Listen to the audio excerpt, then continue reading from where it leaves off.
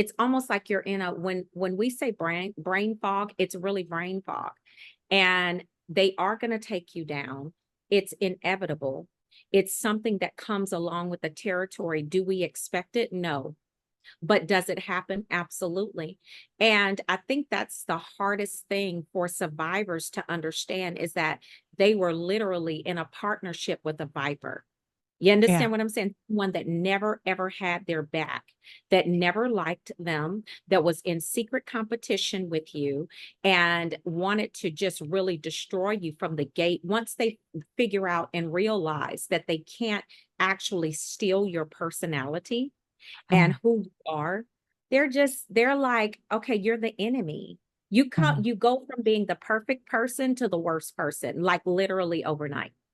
Like, make that make sense. It doesn't. Yeah.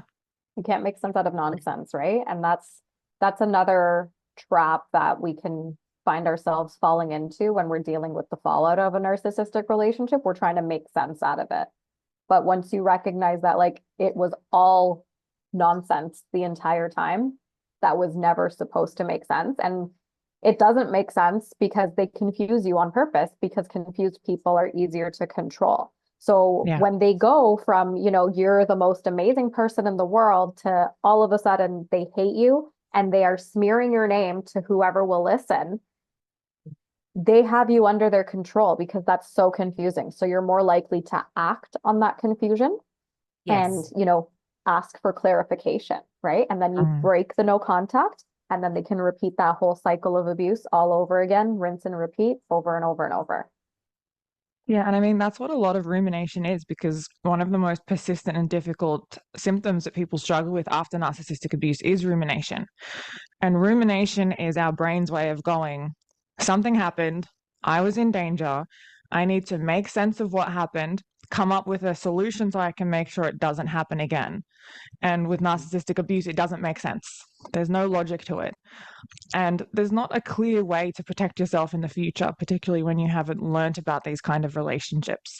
And so your brain goes round and round and round and round and round and round and round. And it is, and you can't really, like, your brain at this point, because we're adults, it's really not going to hide it, so to speak. Mm, Because when you're a kid, sometimes if you suffer a very traumatic event, your brain, in order to protect you, will just put it in a place where you can never remember, right?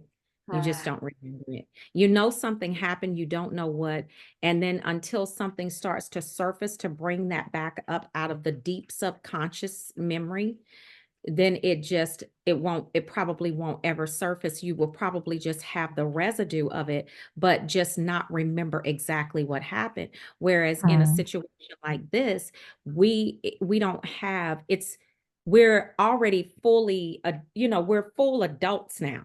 So it's not like, oh, well, it was so traumatic, I'm gonna forget it. No, because now you're operating in an adult mind. Your whole processes and your brain is working overtime to protect you, so to speak, but you're not going to forget it. And that's the mm. thing. It's like, I can't forget what happened, and I can't make sense of what happened